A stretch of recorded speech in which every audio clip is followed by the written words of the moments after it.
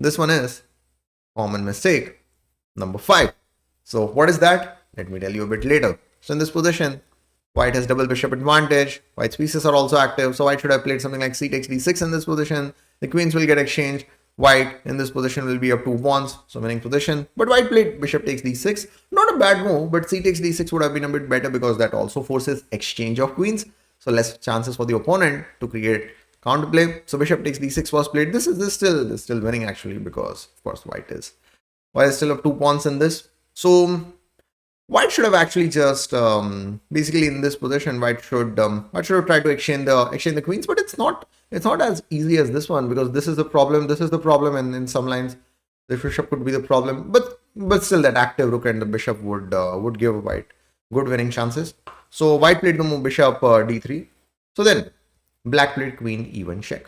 Now let me tell you what is that common mistake number 5. That is not paying careful attention to your own king safety. Because a lot of times what happens is that once we get that material advantage, once we get that winning position, we are like, okay, let's just try to put pressure on the opponent, and we don't consider their attacking ideas.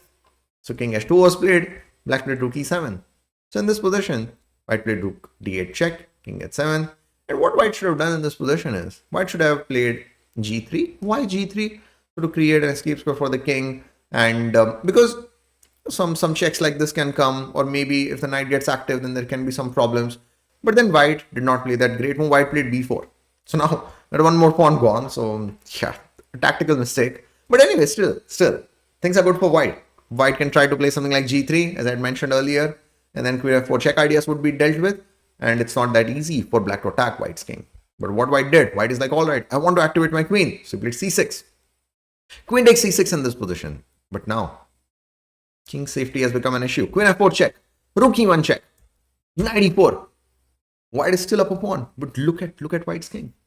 White is in danger. And then white played the move queen b6. White is like, all right, I'm defending everything. Then black played a really nice move, knight g3.